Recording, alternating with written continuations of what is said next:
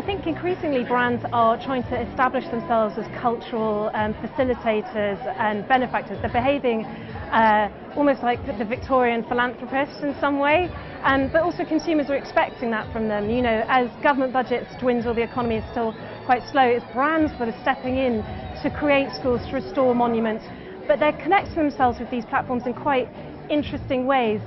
You know, the platforms that they're creating are self-sustaining and credible and standalone, and in that way they're not seeming too heavy-handedly branded, because that also is a turn-off to consumers.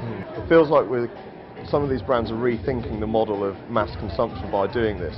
This idea that to be a brand you have to sell down to consumers is being turned on its head by these kind of new collaborators who are owning networks or clubs or collaboration spaces rather than just areas where you flood in, buy something and then leave.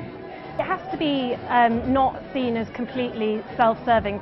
Consumers can decode fates in a nanosecond, so the platform has to be standalone, credible. There has to be a long-term investment, and I think importantly it can't be too heavily branded. It has to be very sophisticated in how it's executed. But in so doing, you can create other communities, other platforms, other microsites that shoot off from that benefit from that association. So Louis Vuitton, for example, has been doing a really good job of sponsoring the arts, sponsoring film, but in a very subtle way, but that brand in consumers' minds is aligned with high culture and therefore benefits from it. I think that brands which are in the luxury sector are the ones best placed to make those kind of projects, because as I said in the presentation, it'd be difficult to imagine Adidas, for instance, taking over the National Trust, but it wouldn't be too far to imagine Fendi taking over a site of historical significance in Italy, let's say.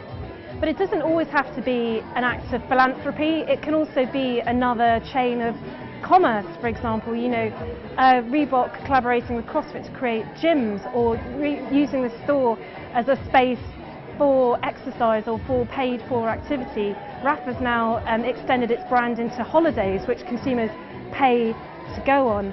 So it's as much about diversifying and creating community around shopping your brand as it is about creating something that is giving back to communities. But it doesn't always have to be expensive and lavish. You don't have to restore a national monument. It could be simply listening to what consumers are saying and creating a platform.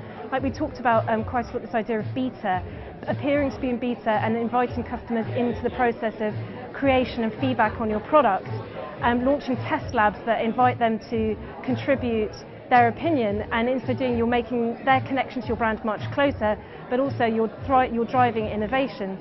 And also creating a branded social network, that actually is not that expensive to do, and yet people like Urban Outfitters, Uniqlo, Net-a-Porter are doing that, and in so doing they're inviting consumers to upload photos of themselves, to share their favourite looks and create a community, but it is very much around commerce and has been very cheap to do.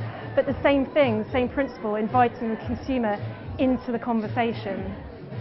I think that there's always going to be a place for, as you described, kind of traditional advertising. You know, you're always going to see billboards of some description, print media. You're always going to have that, I think, as a kind of base layer, because it doesn't feel as though these kind of new incentives or new ways of working can kind of stand on their own without a base layer of a specific message.